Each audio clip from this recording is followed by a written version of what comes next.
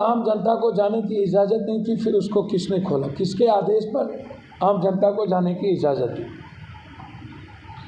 पहलगाम में भी intelligence report 11 मिल चुके थे, कहे गए थे कि कोई बड़ी अप्रिय घटना घट सकती है, कुछ भी हो सकता है। और यह भी रिपोर्ट में थी कि हमारे सैनिक को बाय रोड कहीं नहीं भेजा जाए, प्लेन और हेलीकॉप्टर से भेजा जाए। फिर किसके ऑर्डर पर हमारे सैनिक को बाय रोड भेजा गया? इसके पीछे कौन है? हथियार और बारूद पाकिस्तान के से नहीं आता है। घुसपैठ होती है, लेकिन 3 क्विंटल बारूद पाकिस्तान से नहीं आ सकता।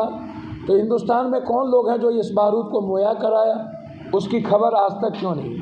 पहलगाम के बाद कितने लोगों को, पहलगाम के दोषी को ख़त्म की गई, मारा गया, उसके बाद वो कहाँ है? मुनासिर अहमद जो पुलवामा के वक्त भी उसकी बात आई कि मुनासिर अहमद ने ही साजिश रचा, और पहलगाम में भी मुनासिर अहमद की नाम आई। तो 6 साल के बाद पुलवामा और पहलगाम के बीच में मुनासिर अहमद को मरवाया क्यों नहीं गया? कौन कौन आतंकवादी अभी तक मरे? कितने आतंकवादी मरे? बड़े आतंकवादी का नाम क्या है?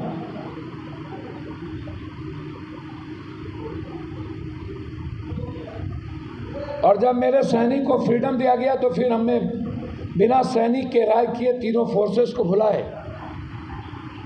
आप सिर्फ ट्रंप के ट्वीट पर और यह कहना कि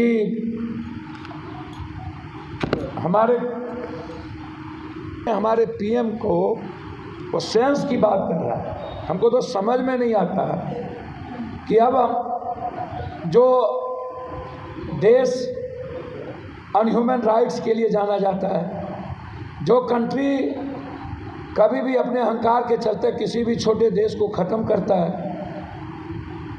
डेमोक्रेसी जो अमेरिका की थी, जो अब्राहम लिंकन और बराक ओबामा जैसे लोगों से जाना जाता था, आप जरा बताइए, जो ट्रंप दूसरों की कृपा पर चुनाव जीता हो, रूस के कृपा पर, और जब ट्रंप आते ही